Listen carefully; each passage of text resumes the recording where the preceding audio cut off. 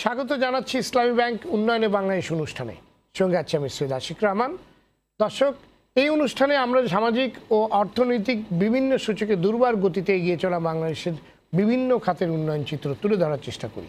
আলোচনা করি বিভিন্ন খাতের সম্ভাবনা, সংকট, উত্তরণের করণীয় এবং ভবিষ্যৎ পরিকল্পনা নিয়ে। আজ আমাদের আলোচনার প্রসঙ্গ তথ্য প্রযুক্তি খাতের উন্নয়ন। আর এই বিষয়ে আলোচনার জন্য আজ আমাদের সাথে আছেন ডাক, টেলিযোগাযোগ ও তথ্য প্রযুক্তি মন্ত্রণালয়ের মন্ত্রী মোস্তফা জব্বার এবং Bangladesh association of software and information services বেসিসের senior vice president Farhana A Rahman. দর্শক, যে কটি খাতের উপর ভর করে প্রতিনিয়ত বদলে যাচ্ছে বাংলাদেশের চিত্র, তার অন্যতম হচ্ছে তথ্য প্রযুক্তি খাত। 2008 সালের 12 ডিসেম্বর আওয়ামী লীগ তাদের নির্বাচনী ইশতেহারে প্রথমবারের মতো ডিজিটাল বাংলাদেশ শব্দটির ব্যবহার করে এবং দলটি ক্ষমতায় আসার পর বাংলাদেশে শুরু হয় ডিজিটাল রেনেসা বা তথ্য প্রযুক্তির জাগরণ। 16.5 কোটি জনসংখ্যার বাংলাদেশে বর্তমানে বায়োমেট্রিক ভেরিফাইড মোবাইল সংযোগ আছে প্রায় 15,70,00,000। ইন্টারনেট ব্যবহার করছেন 9,13 লাখের বেশি মানুষ। ডিজিটাল সেবা নিশ্চিত করতে সারা দেশে 5,000-এর বেশি ইউনিয়ন তথ্য সেবা কেন্দ্র চালু করা হয়েছে। সফটওয়্যার রপ্তানি হচ্ছে, মহাকাশে নিজেদের স্যাটেলাইট পাঠানো হয়েছে, হাইটেক পার্ক নির্মাণ হয়েছে। চিকিৎসা, শিক্ষা, কৃষি, যোগাযোগ, ব্যবসা বাণিজ্য সহ প্রায় প্রতিটি সেক্টরেই চালু হয়েছে অনলাইন ভিত্তিক সেবা। তথ্য প্রযুক্তি খাতে দক্ষ জনবল তৈরিতে learning and earning, mobile apps তৈরির প্রশিক্ষণ সহ নানামুখী উদ্যোগও চালু রয়েছে দেশে। তবে ডিজিটাল বাংলাদেশ ঘোষণা দেওয়ার সঙ্গে সঙ্গে যে বিপুল প্রত্যাশা তৈরি হয়েছে তা কতটুকু পূরণ হয়েছে, বিশ্বে এবং প্রতিযোগিতায় অন্যান্য দেশের তুলনায় বাংলাদেশের অবস্থান কতটুকু সন্তোষজনক, তথ্য প্রযুক্তি খাতে বৃহৎ আকারে শিল্পায়নের সম্ভাবনা ও উদ্যোগ কতটুকু রয়েছে, সত্যিকার অর্থে এই খাতে কর্মসংস্থান কতটুকু হচ্ছে, চতুর্থ শিল্প বিপ্লবের জন্য আমরা কতটুকু প্রস্তুত, এরকম নানান প্রসঙ্গের সামনে রেখে আজ আমরা কথা বলবো তথ্য প্রযুক্তি খাতের উন্নয়ন নিয়ে। স্বাগত আপনাদের আমাদের RTV স্টুডিওতে। ধন্যবাদ।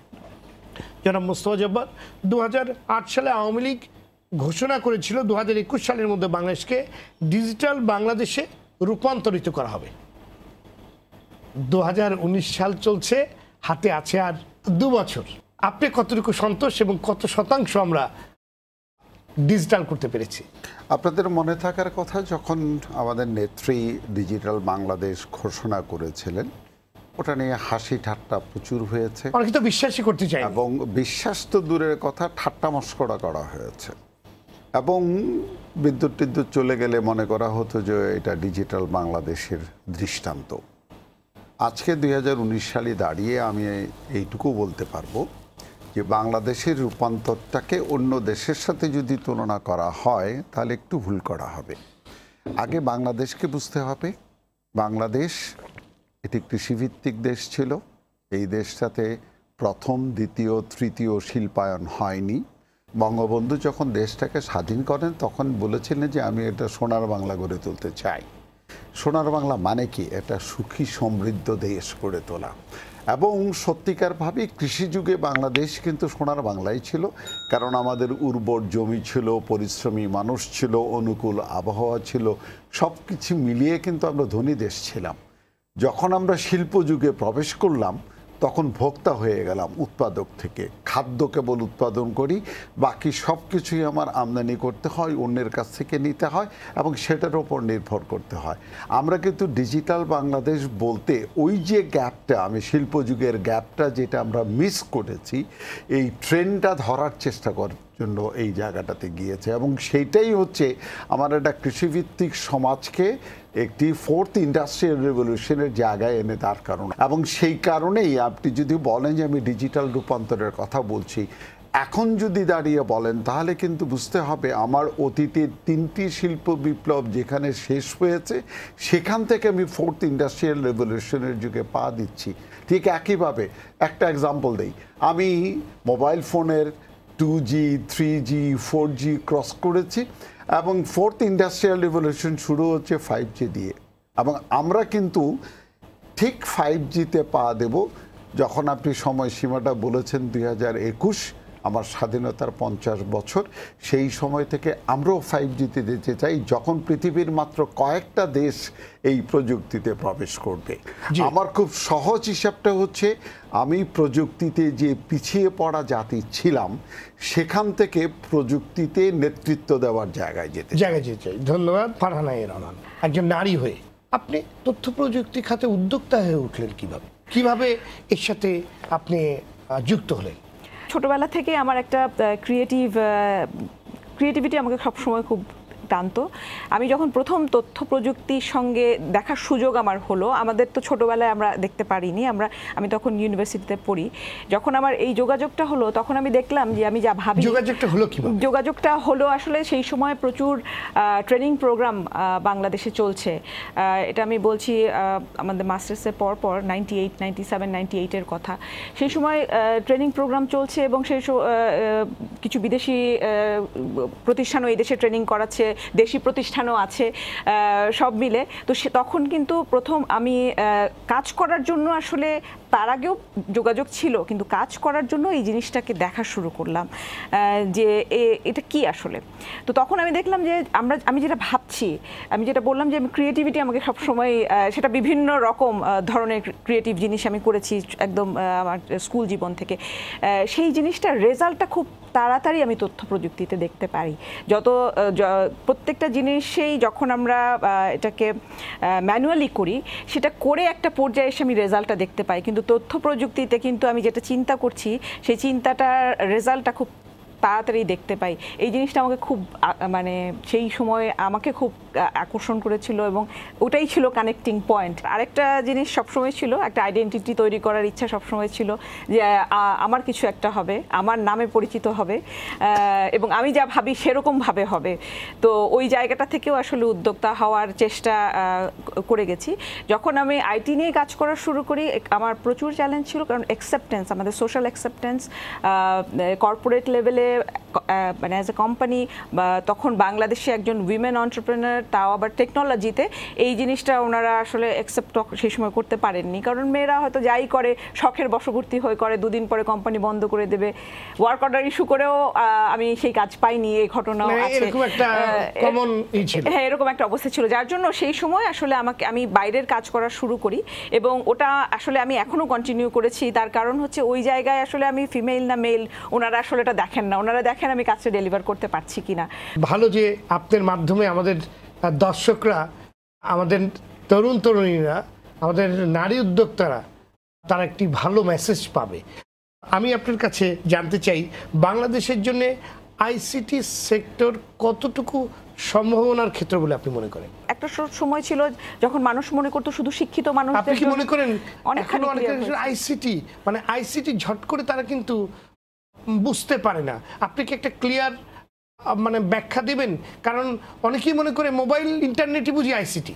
মোবাইল ইন্টারনেট আইসিটির একটা মানে ইনফ্রাস্ট্রাকচার বটেই, ইনস্ট্রুমেন্ট বটেই, না হলে উনি এই সুবিধাগুলো ভোগ করতে পারবেন না। কিন্তু আমরা এখন যখন মোবাইলে টাকা ট্রানজ্যাকশন করছি, আজকে মোবাইলে বসে মিটিংয়ে না যেও কনফারেন্স কলের মাধ্যমে আমি আমার লোকেশন থেকে কাজ করতে পারছি, এগুলো কিন্তু এখন মানে খুব সাধারণ এবং কমন হয়ে গেছে।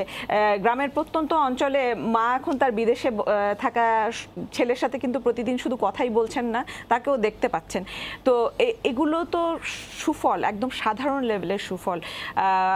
আমরা আগে দেখতাম যে কোনো অর্গানাইজেশনে এনলিস্টমেন্ট দেয়া হতো, এনলিস্টমেন্ট আসলে এনলিস্টেড কিনা এটা জানার জন্য ওই প্রতিষ্ঠানে যেতে হতো, বিভিন্ন টেবিল ঘুরতে হতো। আজকাল কিন্তু ওয়েবসাইটেই প্রকাশিত থাকে এবং এটা জানার জন্য কোথাও যেতে হয় না, কারো কাছে যেতে হয় না। তো এই ধরনের এটা প্রাতিষ্ঠানিক লেভেলেও কিন্তু অনেক বড় পরিবর্তন এসছে, যে পরিবর্তনটা এখন ওয়েবসাইট নেই এরকম কোনো প্রতিষ্ঠান খুঁজে পাওয়া কিন্তু মুশকিল বাংলাদেশে। খুব সুন্দর বলেছেন জনাব মোস্তফা জব্বার।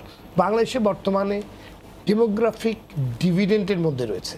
বিশেষজ্ঞরা বলছেন এই সুবিধাকে কাজে লাগানোর সবচেয়ে বড় হাতিয়ার হতে পারে তথ্য প্রযুক্তি খাত। কতটুকু আমরা কাজে লাগাতে পারছি এবং সম্ভাবনার যে ক্ষেত্র সেটা কত বড়? বস্তুতপক্ষে বাংলাদেশ তো আসলে একটা ছোট ভৌগোলিক সীমানার মধ্যে যে পরিমাণ মানুষ এখানে বসবাস করে, অনেক বড় একদিক থেকে যদি বোঝেন এটা বিশাল আকারের একটি বোঝা, এরকম 16.5 কোটি বা 17 কোটি মানুষ এই ছোট্ট একটা ভূখণ্ডের মধ্যে বসবাস করে। এবং আপনি যেটা বললেন সেটি হচ্ছে আমাদের সুবিধাটা হচ্ছে এইখানে যে আমাদের জনগোষ্ঠীর শতকরা 65% বয়স প্রায় 35 বছরের নিচে, এবং এই যে জনগোষ্ঠী শতকরা 50% বয়স 25 বছর, এই জনগোষ্ঠী পৃথিবীর বহু দেশে একেবারে অসম্ভবকে সম্ভব করে দিয়েছে। আমি যদি এই জনগোষ্ঠীকে ডেমোক্রেটিক ডিভিডেন্ড যেটা বলছি এটাকে যদি আমি কাজে লাগাতে পারি তাহলে এটা আমার সম্পদ, যদি লাগাতে না পারি তাহলে এটা আমার বোঝা। আমাদের জন্য এটি সম্পদ। তার কারণটা হচ্ছে আমি নিজে এই তথ্য প্রযুক্তি খাতে কাজ করি প্রায় 32 বছর যাবৎ। 32 বছরে আমার যেটি অভিজ্ঞতা সেটি হচ্ছে ইভেন অতি সাধারণ শিক্ষায় শিক্ষিত ছেলে মেয়ে কিংবা সার্টিফিকেটও তেমন নাই, অথবা এখনকার দিনের জিপিএ 5ওয়ালা ছেলে মেয়েরা না, তারা কিন্তু বাংলাদেশের প্রথম তথ্য প্রযুক্তি বিপ্লবটা ঘটিয়েছে। যেমন ধরেন 87 সালের দিকে আমাদের মিডিয়া প্রথম তথ্য প্রযুক্তি ব্যবহার করা শুরু করে দেয়। মিডিয়াতে আপনার ভিডিও এডিটিংয়ের কথাই বলেন অথবা কম্পিউটারের পেজ মেকআপ করার কথা বলেন, এই কাজগুলো যেই ছেলে মেয়েগুলো করেছিল তারা তখনও জীবনে কম্পিউটার চোখেই দেখে নাই। তাদেরকে আমরা কেবলমাত্র একটু দেখিয়ে দিয়েছি বাবা এই কাজটা এমনিতে করতে হয়, এবং তারা এখন পৃথিবীর অন্যতম দক্ষ জনশক্তিতে পরিণত হয়েছে। এবং সেই জায়গাটা কিন্তু প্রায় প্রতিটি ক্ষেত্রে আমরা যেখানেই চেষ্টা করেছি, আমি 2-3টা সাকসেস স্টোরির কথা আমি বলতেই চাই। বঙ্গবন্ধু স্যাটেলাইট 1-এর কথা বলছেন, বঙ্গবন্ধু স্যাটেলাইট 1 বানিয়ে দিয়েছে ফ্রান্স, উৎক্ষেপণ করেছে আমেরিকা থেকে, চালাচ্ছে কে? বাংলাদেশের ছেলেমেয়েরা। 25-30 বছরের ছেলে মেয়েরা কয়েক সপ্তাহের প্রশিক্ষণ পেয়েছে, তারা নাসায়ও যায় নাই, স্পেস সায়েন্সও পড়ে নাই। তাদেরকে এই প্রশিক্ষণ দেওয়ার পরে আমার নিজের চোখে দেখা যে ফরাসি ভদ্রলোক বলছে তোমাদের সাথে আমার 3 বছরের চুক্তি ছিল, এটা পরিচালনা করে দেওয়ার জন্য তোমার ছেলে মেয়েদেরকে দেখে আমাদেরকে এখন বিদায় করে দিতে পারো। আপনি যদি দেখেন আমার দেশে এখন প্রায় 6টা মোবাইল সংযোজনকারী কারখানা আছে। আমাদের ছেলেমেয়েরা কাজ করে। এই 15-20 বছরের ছেলে মেয়েকে আমি একটি মোবাইল কারখানায় গিয়ে একটি মেয়েকে জিজ্ঞেস করছিলাম তোমার লেখাপড়া কিসে? সাইকোলজিতে। তুমি কয়দিনের ট্রেনিং পেয়েছো? 2 সপ্তাহ ট্রেনিং দিয়েছে। তারপরে তার সুপারভাইজারের জিজ্ঞেস করলাম, স্যার এদের সাথে কোয়ালিটিতে কেউ ম্যাচ করতে পারে না। আমরা অনেক ক্ষেত্রে দেখি যে এই যে আমাদের ছেলেমেয়েরা ভালো করছে, কিন্তু টপ ম্যানেজমেন্টে কিন্তু এখনো সব বিদেশিদের উপরেই আমাদের ডিপেন্ড করছে। আপনি অবাক হবেন যে হ্যাঁ আমাদের শুরু করতে হয়েছে। ধরেন আমাদের সবচেয়ে বড় সাকসেস স্টোরির জায়গা ছিল গার্মেন্টস। গার্মেন্টসে অলমোস্ট আমাদের পুরাটা টপ ম্যানেজমেন্ট বিদেশিদের উপর নির্ভরশীল ছিল।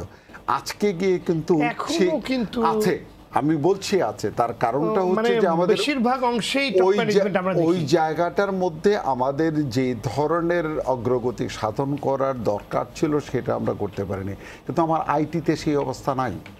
আমি আপনাকে শুধু এইটুকু বলবো, সেটি হচ্ছে এই যে ফারহানারা বাংলাদেশে একসময় 100 কোটি টাকা দিয়ে ব্যাংকিং সফটওয়্যার এনে যেগুলো বসানো হয়েছিল, এরকম 29টা ব্যাংকের বিদেশি সফটওয়্যার বাংলাদেশি সফটওয়্যার দিয়ে রিপ্লেস করা হয়েছে। এবং আপনি পান্থপথে যদি যান দেখতে পাবেন যে গুগল গ্লাস দিয়ে আমার ছেলে মেয়েরা কাজ করছে আমেরিকান ডাক্তারদের জন্য। সফটওয়্যারটা কে বানাইছে? বাংলাদেশ। আপনি যদি দেখেন যে আমাদের মোবাইল ফোন কোম্পানিগুলোর সফটওয়্যারকে বানিয়ে দিয়েছে বাংলাদেশ। আয়ারল্যান্ডের পুলিশ সিকিউরিটি সফটওয়্যার ইউজ করে বাংলাদেশের। মহারাষ্ট্রের ট্রাফিক পুলিশ সফটওয়্যার ইউজ করে, ফেস রিকগনিশনের সফটওয়্যার বাংলাদেশে তৈরি করে। তাহলে বাংলাদেশের ট্রাফিক ব্যবস্থার এই অবস্থা কেন? আমরা যদি আরেকটা দেশের সফটওয়্যার দিতে পারি তাহলে আমাদের দেশে তো এটা প্রায়োরিটি বেসিসে নেওয়া উচিত। আমাদের দুর্ভাগ্য হচ্ছে আমাকে মহারাষ্ট্র যে সম্মানটুকু দিয়ে নেয়, আমি আমার ঢাকার পুলিশের কাছ থেকে ওই সম্মানটুকু যদি পেতাম তাহলে আমি ঢাকাতেই টেস্ট করতে পারতাম। সুখের বিষয় যেটা আপনার প্রশ্নের জবাবে বলবো, বাংলাদেশের ওই ইকোসিস্টেমটা বদলেছে। বাংলাদেশের সরকার এখন তার সরকারের যে ডিজিটাল রূপান্তর, তার সমস্ত কাজ বাংলাদেশি ছেলে মেয়েদেরকে দিয়ে, বাংলাদেশি কোম্পানিকে দিয়ে। যেমন আমার এখানে যে গভর্নমেন্টের রূপান্তরের কাজগুলো আছে, আর একটার জন্য আমি বিদেশি কোনো কোম্পানিকে ডাকি না এবং ডাকবো না। আপনার কাছে আবার আসবো। ফারহানা, কম্পিউটার অপারেটর হবার যুগ প্রায় শেষ, এখন যুগ চলছে আর্টিফিশিয়াল ইন্টেলিজেন্সের, এবং সেই আর্টিফিশিয়াল ইন্টেলিজেন্স বিশেষজ্ঞদের জন্য এখন বড় বড় প্রতিষ্ঠান অবারিত করে দিয়েছে। এবং আমরা ওয়ার্ল্ডের যত আপনার ইলেকট্রনিক কিংবা যে কোনো সেবা খাত বলেন, প্রত্যেকটা জায়গায় দেখছি তাদের R&D এবং আর্টিফিশিয়াল ইন্টেলিজেন্সের তারা কাজ চলছে। এই জায়গায় আর্টিফিশিয়াল ইন্টেলিজেন্সের জায়গায় আমরা কোথায় আছি? কারণ প্রযুক্তি অতি দ্রুত এগিয়ে যাচ্ছে, সে জায়গায় আসলে আমরা কি অবস্থায় আছি? আপনি ঠিকই বলেছেন। প্রযুক্তি আসলে প্রযুক্তির এই জগতে যারা কাজ করে তারা প্রতিদিন শেখে এবং প্রতিদিনই সেটা ইমপ্লিমেন্ট করতে হয়, বাস্তবায়নের জায়গাটাও কিন্তু পাশাপাশি করতে হয়। এবং ফোর্থ ইন্ডাস্ট্রিয়াল রেভলিউশন নিয়ে আমাদের মাননীয় মন্ত্রী যে কথাগুলো বলেছেন, সেই জায়গাটাতে আমরা এখন দাঁড়িয়ে আছি। গ্লোবালি আমাদের টেকনোলজি ট্রেন্ড চেঞ্জ হচ্ছে, আর্টিফিশিয়াল ইন্টেলিজেন্স বা আইওটির মতো টেকনোলজিগুলো এখন আমাদের উন্নত দেশগুলো ব্যবহার করছে। বাংলাদেশ কিন্তু সেই জায়গা থেকে খুব বেশি পিছিয়ে নেই। তার কারণ হচ্ছে যে আমাদের যে ইন্ডাস্ট্রির বেশ কিছু কোম্পানি কিন্তু এরই মধ্যে এই মানব সম্পদ তৈরি করা, এবং শুধু মানব সম্পদ তৈরির জায়গাটাতেই তারা আটকে নেই, তারা কিন্তু প্রোডাক্ট তৈরি করেছে এবং সেটা আমাদের দেশ থেকে এখন রপ্তানিও হচ্ছে, সেই জায়গায়ও কিন্তু গেছে। স্পেসিফিক্যালি আমি আর্টিফিশিয়াল ইন্টেলিজেন্সের জায়গাটা না বলে আমি ওভারঅল ফোর্থ ইন্ডাস্ট্রিয়াল রেভলিউশনে যে টেকনোলজিগুলো ব্যবহার হচ্ছে, যে আইওটি অথবা ব্লকচেইনের মতো যেই জিনিসগুলো, সেগুলো কিন্তু ব্যবহার করে প্রোডাক্ট তৈরি এবং সেগুলোকে দেশের বাইরে রপ্তানি, দেশের ভিতরে বিভিন্ন সরকারি প্রতিষ্ঠানেও কিন্তু ইমপ্লিমেন্ট করার কাজগুলো কিন্তু এখন চলছে। জি, আপনি যদি বলেন যারা নতুন উদ্যোক্তা কিংবা নতুন উদ্যোক্তা হওয়ার স্বপ্ন দেখছে, হতে চান, তাদের জন্যে তথ্য প্রযুক্তি খাতে আসলে যদি উদ্যোক্তা হতে চায় কেউ, তাহলে শুরুটা তাকে কিভাবে করতে হবে? এখন এখানে ই কমার্স যেমন আছে, এখানে আপনি যে বললেন আর্টিফিশিয়াল ইন্টেলিজেন্স আছে, সফটওয়্যার তৈরির জায়গা আছে। কোন জায়গায় সে উদ্যোক্তা হবে এবং সেই জায়গায় তাকে নিজেকে কিভাবে সে ইউনিকভাবে প্রেজেন্ট করবে, এটা খুব ইম্পর্ট্যান্ট। রিসার্চ করে আসা প্রয়োজন বলে আমি মনে করি। এবং টেকনোলজি প্রতিদিন চেঞ্জ হচ্ছে। আজ থেকে 2 বছর পরে এই টেকনোলজির জায়গাটা কোথায় থাকবে, আদৌ থাকবে কিনা, সেটা ভেবে এই সেক্টরে আসা এবং উদ্যোক্তা হওয়াটা খুব জরুরি। আউটসোর্সিং এই সময়ে বেশ একটি জনপ্রিয় বিষয়। আউটসোর্সিং এর ব্যাপারে যদি আপনি একটু দর্শকদের জন্য বলেন, যাতে সহজেই তারা বুঝতে পারে। আচ্ছা, আউটসোর্সিংটা হচ্ছে যে আমাদের দেশে বসে যদি আমরা দেশের বাইরে উন্নত বিশ্বের যেই কাজগুলোকে আমরা এখান থেকে করে দিতে পারি, যেহেতু উন্নত বিশ্বের একই কাজ অনেক পয়সা খরচ করে করতে হয়। তার সঙ্গে ওখানে যদি জাপানের কথা আলোচনা করছিলাম, আমরা জাপানের মতো দেশে আসলে আমাদের দেশের মতো আমাদের যে ডেমোগ্রাফিক ডিভিডেন্ড যেটাকে আমরা বলছি, এই ইয়াং পপুলেশনটাও সেই জায়গায় নেই এবং এই পরিমাণে নেই। তাদের যে পরিমাণ কাজ আছে সেই পরিমাণ ইয়াং পপুলেশন তাদের কাছে অ্যাভেলেবল নেই। তো সেই জায়গাটাতে কিন্তু বাংলাদেশ একটা খুব সম্ভাবনার জায়গায় এই মুহূর্তে বসে আছে। এছাড়াও ইউরোপ, আমেরিকায় বিভিন্ন দেশে এমন অনেক কাজ আছে যেই কাজগুলো তাদের লোকেশনে না থেকেও কিন্তু করে দেওয়া সম্ভব। এর মধ্যে গ্রাফিক্সের কাজ আছে, web development, mobile application development, সফটওয়্যারের ডেভেলপমেন্ট, বিভিন্ন ধরনের কাজ আছে। এর পাশাপাশি বিপিওর কাজ আছে, যেগুলো কিন্তু এখান থেকে খুব সহজে করে দেওয়া সম্ভব এবং আমাদের যে ইয়াং ছেলেমেয়েরা আছে তারা কিন্তু খুব সাকসেসফুলি কাজগুলো করছে এবং ইন্ডিভিজুয়াল লেভেলেও করছে এবং কোম্পানি লেভেলেও কিন্তু কাজগুলো হচ্ছে। আপনার কাছে আমি আবার আসবো জনাব মোস্তফা জব্বার। আমাদের রপ্তানি আয় 83% আসছে পোশাক খাত থেকে। বিশেষজ্ঞদের অনেকেই বলছেন যে একক নির্ভরতা দেশের অর্থনীতির জন্য বেশ ঝুঁকিপূর্ণ। বেশ ঝুঁকিপূর্ণ না, আমি এটাকে বলবো যে একক নির্ভরতার কথা বলছি এবং বিকল্প শক্তিশালী খাত হিসাবে আপনার এই তথ্য প্রযুক্তি খাতের। আমি একটা সহজ কথা বলি, আমাদের কাছে এখনো পর্যন্ত ডিজিটাল শিল্প বিপ্লব অথবা ফোর্থ ইন্ডাস্ট্রিয়াল রেভলিউশনের প্রযুক্তির প্রভাবটা তেমনভাবে আলোচিত হয়ে ওঠেনি। আপনি একটি কথা বলেছেন আর্টিফিশিয়াল ইন্টেলিজেন্সের কথা, একটি বড় জিনিস যেটি পুরা পৃথিবী কাঁপিয়ে দেওয়ার, তার নাম রোবোটিক্স। তারপরে একটি আলোচনা করেছে ফারহানা, সেটি হচ্ছে আইওটি, দেন ব্লকচেইন বা অন্যান্য বিষয় নিয়ে বলতে পারি। অন্তত 3টি বিষয় ধরেন আর্টিফিশিয়াল ইন্টেলিজেন্স, রোবোটিক্স এবং আইওটি, এটি ইন্ডাস্ট্রিয়াল রেভলিউশন 4.0-র বেসিক স্ট্রাকচারটা নির্মাণ করবে। এর মধ্যে আপনি যে খাতের কথা বললেন সেটি হচ্ছে পোশাক খাত।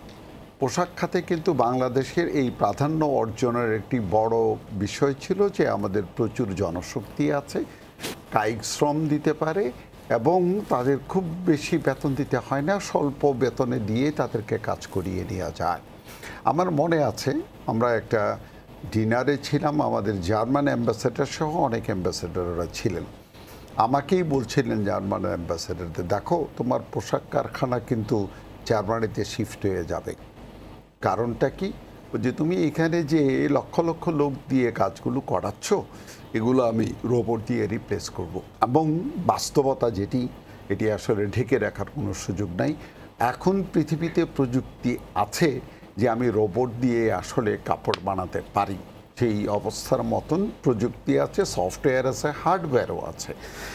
একটা যন্ত্র দিয়ে আপনি কাপড় ইস্ত্রি করা থেকে শুরু করে বহু কিছু করতে পারেন। এবং চীনে এই ফ্যাক্টরি অলরেডি এক্সিস্ট করে যেখানে হিউম্যান বিংকে স্বল্প সংখ্যক লোক দিয়ে রিপ্লেস করা হয়েছে।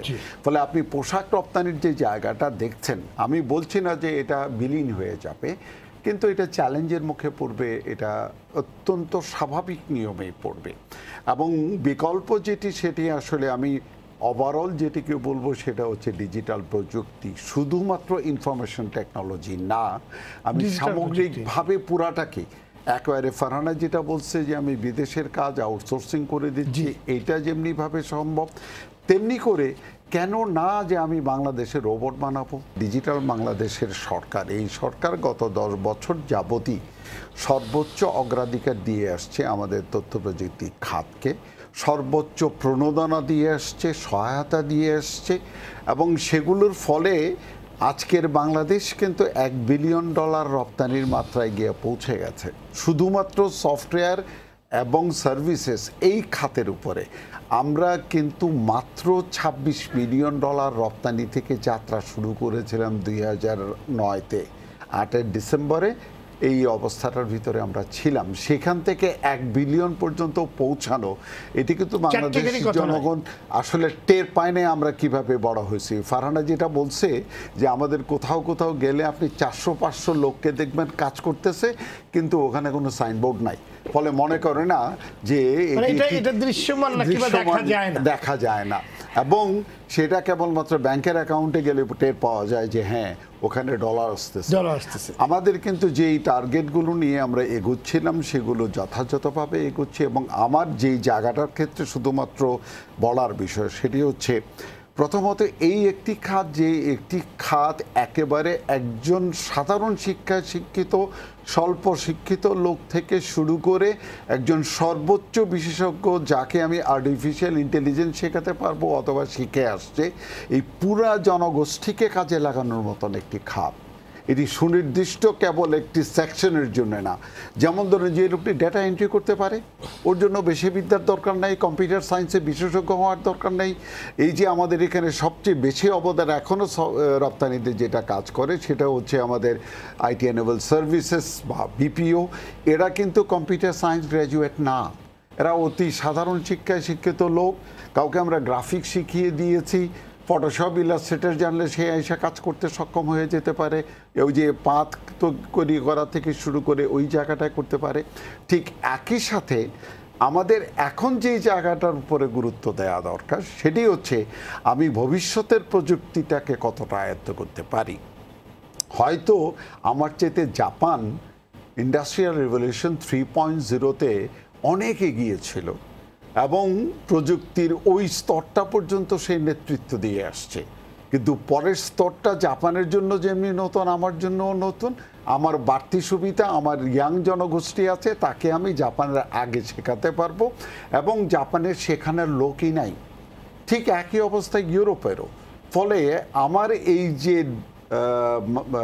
ইয়াং পিপলরা আছে তাদেরকে যদি আমি ইন্ডাস্ট্রিয়াল রেভলিউশন 4.0-র দক্ষতাটা দিয়ে দিতে পারি, আমি এটাকে বলি ডিজিটাল দক্ষতা, এই দক্ষতাটা দিতে পারলে আমি পোশাক শিল্পের চাইতে বড় একটি শিল্প খাতে হব। 3 বছর আগেও এটা ভাবতেই পারতাম না যে বাংলাদেশে কোনো ডিজিটাল ডিভাইস উৎপাদিত হতে পারে শতভাগ আমদানি নির্ভর একটি খাত। আমরা গত 2 বছরে কিন্তু একটা পরিবেশ দাঁড় করিয়ে দিয়েছি বাংলাদেশের প্রতিষ্ঠানগুলো এবং বিদেশি প্রতিষ্ঠানগুলোর জন্য। বাংলাদেশ এখন ডিজিটাল ডিভাইসেস উৎপাদন করার জন্য বিশ্বের সেরা জায়গা। জি, এই যে আপনি হার্ডওয়্যারের কথা বলছিলেন, আমরা সফটওয়্যার রপ্তানি করছি, ফ্রিল্যান্সিং বা আউটসোর্সিং করছি, কিন্তু ইন্ডাস্ট্রি কতটুকু গড়ে উঠছে সফটওয়্যার এবং হার্ডওয়্যার এগুলো তৈরি করার ক্ষেত্রে? আমরা কিন্তু আসলে যে ফারহানা যেমনটি বলছেন অনেক কিছু দৃশ্যমান নয়, এই জিনিসটাও কিন্তু দৃশ্যমান না। আপনার কাছে জানতে চাচ্ছি যে এই হার্ডওয়্যার তৈরির ক্ষেত্রে আমরা আসলে কোন পর্যায়ে পৌঁছেছি? আমি আপনাকে জাস্ট ছোট দিয়ে একটা দেব। যেমন ধরেন আমি নিজের হাতে 6টা মোবাইল ফোন কারখানার ফিতা কাটছি এবং 6টি মোবাইল ফোন কারখানা এখন যা উৎপাদন করে এটি বাংলাদেশের একদম বেসিক ফোনের যে চাহিদা তার 20 থেকে 30% পর্যন্ত ওরা নিজেরা করতে পারে। স্যামসাংয়ের মতন প্রতিষ্ঠান বাংলাদেশে কারখানা বানিয়েছে মোবাইল ফোন তৈরি করার জন্য এবং তারা তাদের প্রথম লটে 2.5 লক্ষ সেট তৈরি করেছে, যেটি সর্বশেষ খবর আমি জানি ওরা দ্বিতীয় লট তৈরি করে মোটামুটি বাজারে ছাড়ার জন্য ব্যবস্থা করছে। আমি 2-1টা প্রতিষ্ঠানের নাম আমি বলি। হুয়াওয়ে বাংলাদেশে কারখানা করেছে, আমার হাইটেক পার্কে ওরা জায়গা নিয়েছে, ওরা ল্যাপটপ বানাবে, মোবাইল ফোন বানাবে। গ্রেট ওয়াল বলে চাইনিজ একটা কোম্পানি, তারা বাংলাদেশে এখন ম্যানুফ্যাকচারিংয়ের জন্য প্ল্যান করছে, একটা পার্টনারশিপ গড়ে তুলেছে। HP ডেলের মতন প্রতিষ্ঠান যারা পৃথিবীর বিভিন্ন দেশে ম্যানুফ্যাকচারিং করে তারা বাংলাদেশে ফ্যাক্টরি করছে। এবং মজার বিষয় সেটি হচ্ছে যে বাংলাদেশ প্রথমবারের মতন সক্ষমতা অর্জন করেছে যে কঠিনতম চ্যালেঞ্জ যেটি মাদারবোর্ড তৈরি করা, একটি ডিজিটাল ডিভাইসের মূল প্রাণকেন্দ্র যেটা, এটি বাংলাদেশ বানাতে পারে। আগামী 2 মাসের ভিতরে আমি এই মাদারবোর্ড তৈরি করার যে সেটা আমরা চালু করতে পারবো, প্রোডাকশনে যাব। তো এটা কি নিজস্ব প্রযুক্তিতেই না নিজস্ব? আপনি অবাক হবেন, এই মাদারবোর্ড সম্পর্কে আমি কাজ করেছি গত প্রায় 1 বছর যাবত এবং এটার জন্য খুশির বিষয় যেটি মাদারবোর্ডের কঠিনতম চ্যালেঞ্জটা কিন্তু উৎপাদনের চেয়ে বেশি হচ্ছে ডিজাইন। আপনি খুশি হবেন আমাদের ছেলে মেয়েরা ওই ডিজাইন তৈরি করছে এবং সেটা টেলিভিশনের সার্কিট থেকে কম্পিউটার পর্যন্ত যত ডিজিটাল ডিভাইস আছে, ইলেকট্রনিক ডিভাইস আছে, সব কিছুর ক্ষেত্রেই প্রয়োজন হয় এবং তার জন্য ডিজাইনগুলো মিলিয়নস অফ ডলার দিয়ে বাইরে থেকে কিনে আনতে হয়।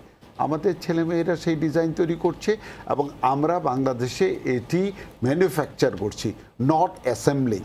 আমরা প্র্যাকটিক্যালি কিছু কিছু জিনিস আছে যেটা বাংলাদেশ কেন পৃথিবীর বহু দেশই বানাইতে পারে না, লাইক প্রসেসর পৃথিবীতে ভবিষ্যতে আমরা প্রসেসরেও এখনো পর্যন্ত ধরেন বেশিরভাগ ম্যানুফ্যাকচারিং প্ল্যান্টের ক্ষেত্রেই প্রসেসর আইনা লাগাইতে হয়, কারণ পৃথিবীর 2-3টার বেশি কোম্পানি নেই যারা প্রসেসর বানায়। আমরা কিন্তু এই জায়গাটার ক্ষেত্রে ইতিমধ্যে আপনি শুনলে খুশি হবেন, আমাদের হার্ডওয়্যার নেপালি রপ্তানি হচ্ছে, আমাদের হার্ডওয়্যার নাইজেরিয়াতে রপ্তানি হয়েছে এবং ফারহানা একটু আগে বলছিলেন শুধু তাই না, আমরা IoT ডিভাইস বাংলাদেশ থেকে সৌদি আরবে রপ্তানি করেছি। ফলে আমাদের জন্য অত্যন্ত আনন্দের এবং আশাবাঞ্জক ব্যাপার। যারা মুস্তাফা জব্বার, ফেসবুক, ইউটিউবের মতো সোশ্যাল মিডিয়া বিপুল জনপ্রিয় বাংলাদেশে, কিন্তু এর একটি বিপুল বাণিজ্যিক দিকও রয়েছে। কতখানি সেই বাণিজ্যিক দিকটা আমরা ধরতে পারছি কিংবা আমাদের আয়ত্তের মধ্যে আনতে পারছি? দেখেন, ফেসবুক আমাদের এখানে নিঃসন্দেহে 2009-এর আগে তার অস্তিত্ব ছিল না, এখন 3 কোটির উপরে ব্যবহারকারী আছে এবং ফেসবুক নিজেও একসময় ভাবেনি বাংলাদেশ তার জন্য একটা এত বড় ক্ষেত্র হতে পারে। প্রথম দিকে ফেসবুক আমাদের সাথে কথাবার্তাই বলতো না, কারণ তার ব্যবহারকারীর সংখ্যা কম ছিল। এখন ফেসবুক আমাদের সাথে কেবল কথাবার্তা বলে না, এখানে অফিস খোলার চেষ্টা করছে। এবং এই জায়গাটার ক্ষেত্রে যেটা হয়েছে সেটা হচ্ছে, যেমন ধরেন আপনি বলছিলেন যে কোথায় উদ্যোক্তা হওয়া যায়, আপনি লক্ষ্য করে দেখবেন ফেসবুকে একটা পেজ খুলে কোনো একটি মেয়ে তার নিজের বাড়িতে বসে থেকে একটা ই-কমার্সের পাঁচ মিনিটের ভিতরে একটা ব্যবসা শুরু করে দিয়েছে এবং বহুজন এই ব্যবসায় দারুণভাবে সফলতা অর্জন করছে। ধন্যবাদ। আমি আপনার কাছে আবার আসবো, তার আগে নিয়ে নিচ্ছে ছোট্ট একটি বিরতি। দর্শক, ইসলামী ব্যাংক উন্নয়নে বাংলাদেশ অনুষ্ঠানে নিচ্ছি ছোট্ট একটি বিরতি, ফিরছি অল্প সময়ের মধ্যেই, আমাদের সাথেই থাকুন।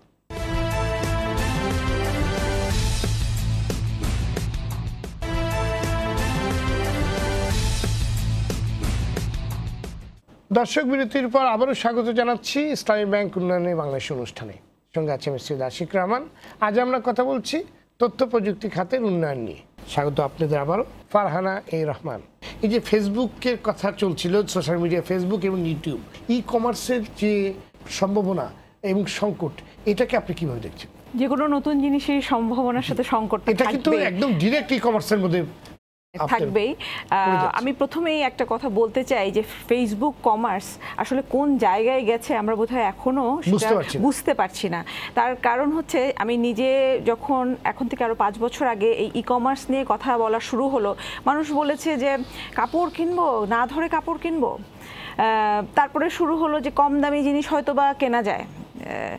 এখন আপনি শুনলে অবাক হবেন, 25,000, 30,000, যেহেতু মেয়েদের, একদম মেয়েদেরকেই আপনি প্রশ্নটা করেছেন এবং আমিও একজন নারী, 25,000, 30,000 টাকা দামের শাড়ি এই ফেসবুক কমার্সের মাধ্যমে বিক্রি হচ্ছে, যেটা অভাবনীয়।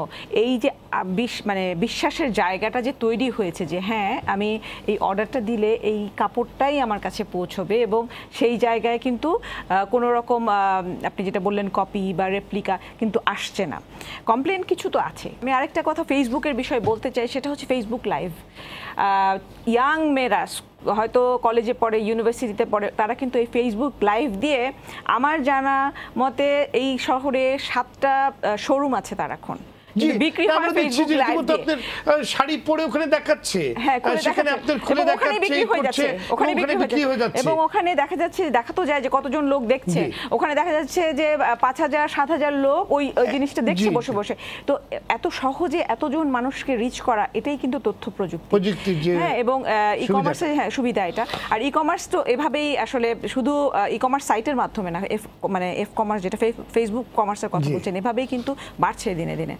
দেশের তথ্য প্রযুক্তি খাতের বিকাশের ক্ষেত্রে প্রধান কি কি ধরনের চ্যালেঞ্জ রয়েছে বলে আপনি মনে করেন? সবচেয়ে বড় চ্যালেঞ্জটা বলেছি যে একটা দৃশ্যমান না, সেই জায়গাটা নিয়ে এখনো অনেক কথা আছে। সফটওয়্যার যেটা নিয়ে আমরা কথা বলি, আমরা আসলে কি করি, আমরা কি বানাই, কি ধরনের ফ্যাসিলিটি পেলে আপনি মনে করেন যে আরো দ্রুত গতিতে কিংবা আরো সহজে আপনি যে কাঙ্ক্ষিত যে জায়গায় সেখানে পৌঁছানো সম্ভব? একটা হচ্ছে যে আমাদের এই জায়গাটাকে ব্র্যান্ডিং, দেশের বাইরে আমাদের আইটি ইন্ডাস্ট্রির যে সফলতাগুলোকে দেশের বাইরে বিভিন্ন মাধ্যমে তুলে ধরা, কারণ সফলতা আছে, কিন্তু তার পাশাপাশি এই সফলতা তৈরির জন্য মানব সম্পদ তৈরির যে কাজটা চলছে, সেই কাজটাকে আরও গুরুত্ব দিয়ে করা। অবশ্যই এই খাতে ইনভেস্টমেন্ট প্রয়োজন আছে, কারণ সফলতার জন্য মানব সম্পদ বা সেইখান থেকে একটা প্রোডাক্ট বের করে নিয়ে এসে তার বিপণনের ব্যবস্থা করা, সব জায়গায় কিন্তু ইনভেস্টমেন্ট জড়িত। আমরা যে $5 বিলিয়ন এক্সপোর্টের কথা বলছি, সেই এক্সপোর্ট বের করে নিয়ে আসতে হলেও কিন্তু আমাদের এই ব্র্যান্ডিংয়ের জায়গাটাতে প্রচুর পরিমাণে ইনভেস্টমেন্টের প্রয়োজন আছে বলে আমি মনে করি, এবং ইন্ডাস্ট্রির যে কোম্পানিগুলো এই রপ্তানির সাথে যুক্ত, সেখানেও ইনভেস্টমেন্টের প্রয়োজন আছে। ধন্যবাদ। আমরা জনাব মোস্তফা জব্বার, আপনার কাছে জানতে চাই, রাজধানী এবং বড় শহরগুলোতে আইসিটি খাতে প্রশিক্ষণের ব্যবস্থা আছে, কিন্তু প্রত্যন্ত অঞ্চলে বা মফস্বলে এরিয়াগুলোতে প্রশিক্ষণের কি ধরনের ব্যবস্থা আছে কিংবা সুযোগ রয়েছে? প্রথমত বিষয় যেটি আপনি মানব সম্পদের প্রশিক্ষণের বিষয়টা বলেছেন, আমরা এই আলোচনাটুকু করেছি যে তথ্য প্রযুক্তির মূল ভিত্তি হচ্ছে আমার মানুষ যদি না থাকে তাহলে আমি যত কিছুই থাকুক আমি এই খাতে আগাতে পারবো না। কেন গুগল, কেন সবাই এখানে ছুটে আসছে? হ্যাঁ, এটার কারণটা হচ্ছে মানুষ, এবং আমার মানুষের দক্ষতা তৈরি করা দরকার। আমাদের জন্য এটি চ্যালেঞ্জিং বিষয় যে আমরা যে শিক্ষা ব্যবস্থাটা পেয়েছি, এটি হচ্ছে একেবারে 2 উপনিবেশের ফলাফল। একটা ব্রিটিশরা 190 বছর আমাদেরকে এই শিক্ষা দিয়ে গেছে, পাকিস্তানেরা 23 বছর ওইটাই কন্টিনিউ করেছে, আমরা এখনও সেইটাই কন্টিনিউ করতেছি ভার্চুয়ালি, কিছুমাত্র রং পালিশ করে। পুরনো যে ব্রিটিশ আমলের শিক্ষা ব্যবস্থা, আমি এটাকে বলি ইন্ডাস্ট্রিয়াল রেভলিউশন 1.0 এর শিক্ষা ব্যবস্থা, সেইটাই আমাদের প্রচলিত আছে। পরে আমাদের ছেলে মেয়েদেরকে ইন্ডাস্ট্রিয়াল রেভলিউশন 4.0 এর জন্য প্রস্তুত করাটা, এইটি প্রাতিষ্ঠানিকভাবে হচ্ছে না। আমাদের শিক্ষা প্রতিষ্ঠানগুলো তাদেরকে এই ডিজিটাল বিপ্লবের জন্য তৈরি করে দেয় না। আমরা এই ইন্ডাস্ট্রিতে যাদেরকেই কাজ করাই, কিছুমাত্র ধরেন কম্পিউটার সায়েন্স গ্র্যাজুয়েট যারা প্রাতিষ্ঠানিক শিক্ষা নিয়ে আসে, তাদেরকেও আবার ইন্ডাস্ট্রিতে এনে একটু ঘষে মেজে ঠিক করে তারপরে আমার কাজে লাগানোর প্রয়োজনীয়তাটা দেখা দেয়। কারণ ওদের যে দুর্বলতাটা থাকে সেটা হচ্ছে শিক্ষাকালীন সময়ের মধ্যে তারা ইন্ডাস্ট্রিয়াল অ্যাটাচমেন্টের ভিতরে থাকে না, সেইটার ফলে ইন্ডাস্ট্রিতে এসে তাদের শেখার বিষয়টা থাকে। অবস্থাটা বদলেছে অনেক। আমাদের তথ্য প্রযুক্তি বিভাগ একেবারে সর্বোচ্চ গুরুত্ব দিচ্ছে। আমাদের নিজস্ব ট্রেনিং সেন্টার থেকে শুরু করে প্রকল্প ভিত্তিক প্রশিক্ষণ, যেমন ধরেন লার্নিং অ্যান্ড আর্নিং, সি পাওয়ার কিংবা হাইটেক পার্কের অধীনে প্রশিক্ষণ, বেসিসের একটি প্রতিষ্ঠান আছে BITM নামে, সব মিলিয়ে কিন্তু আমরা সর্বোচ্চ শক্তি দিয়ে চেষ্টা করছি মানব সম্পদ তৈরি করার জন্য। আমি যদি আমাকে একদম নিরপেক্ষভাবে বলতে বলেন যে হ্যাঁ, আমার যে পরিমাণ প্রয়োজন সেই পরিমাণ প্রয়োজন অনুযায়ী মানুষ যেভাবে তৈরি করা দরকার, এটা আরো গতিবান হওয়া দরকার। অর্থাৎ আমার স্পিডটা যদি আরো না বাড়াই, তাহলে আমি এই চাহিদাটা পূরণ করার জায়গায় যেতে পারবো। এই জায়গাতেই আমার আপনার কাছে জানার, আপনি মন্ত্রী হবার আগে কিংবা দায়িত্ব নেওয়ার আগে মন্ত্রী হিসেবে আমারই এক অনুষ্ঠানে এরকমই এক আলোচনায় আপনি আমার স্টুডিওতেই বলেছিলেন বাংলাদেশের ইন্টারনেটের মূল্য, গতি এবং শিক্ষা ব্যবস্থা, ট্রেনিংয়ের ব্যবস্থা, প্রশিক্ষণের ব্যাপারে আপনি বলেছিলেন, এই কিছু সমস্যার কথা বলেছিলেন যে এগুলোকে, এই গতিটাকে যদি প্রান্তিক অঞ্চলে না দেওয়া যায়, প্রান্তিক অঞ্চলের ছেলেমেয়েরা কিন্তু ঢাকা শহরে কেউ আসবে না।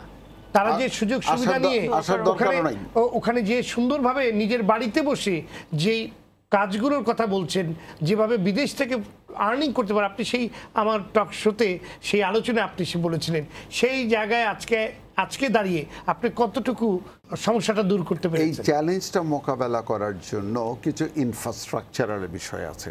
যেমন ধরেন, আমি যদি একদম গ্রামে ইন্টারনেট পৌঁছাতে চাই, তাহলে আমার যেরকমভাবে একটা রাস্তা বানানোর দরকার হয় গাড়ি চলার জন্য, ইন্টারনেট চলার জন্য আমার ওই রাস্তাটা বানানো দরকার।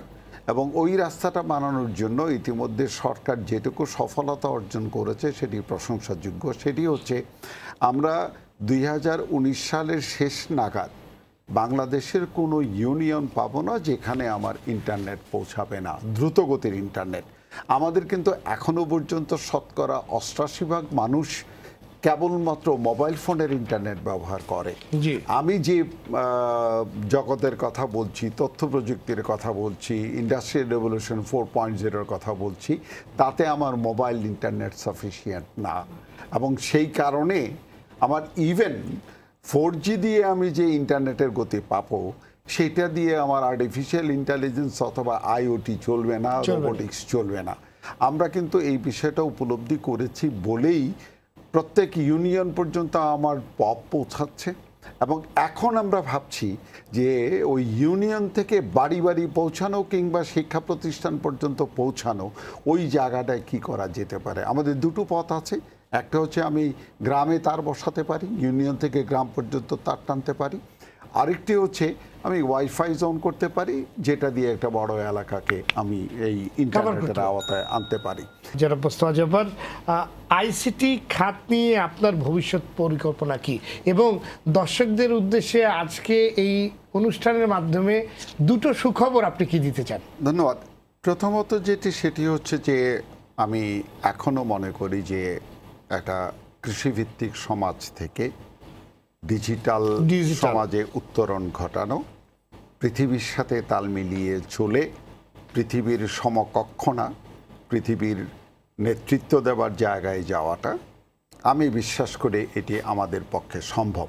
আমি আজকে দাঁড়িয়ে আপনাকে বলতে পারি আমি আমার সরকারের কি কি ডিজিটাল রূপান্তর করা দরকার তার তালিকা আমার কাছে আছে।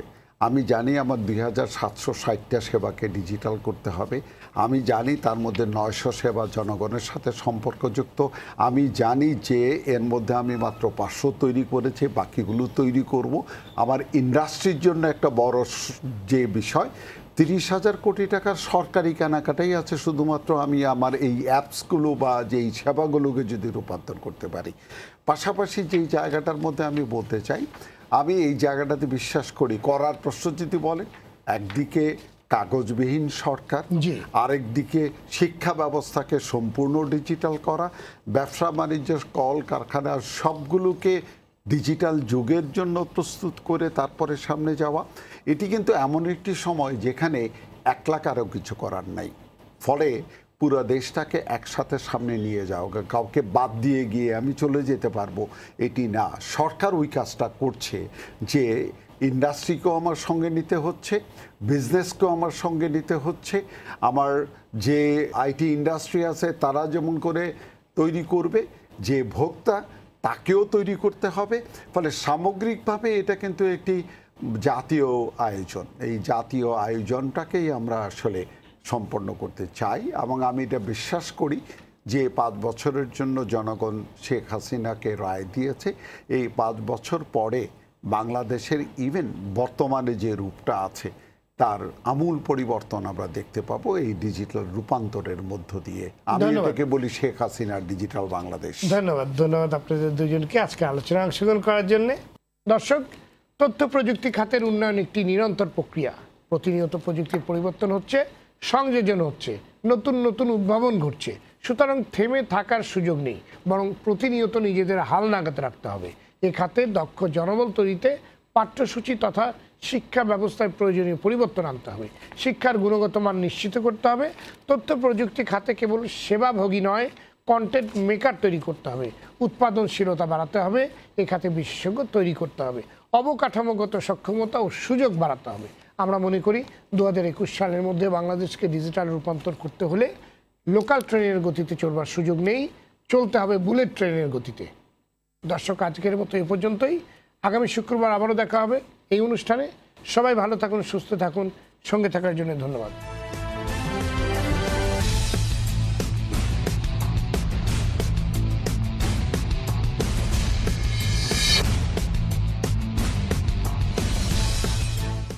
তোমাকে আসতে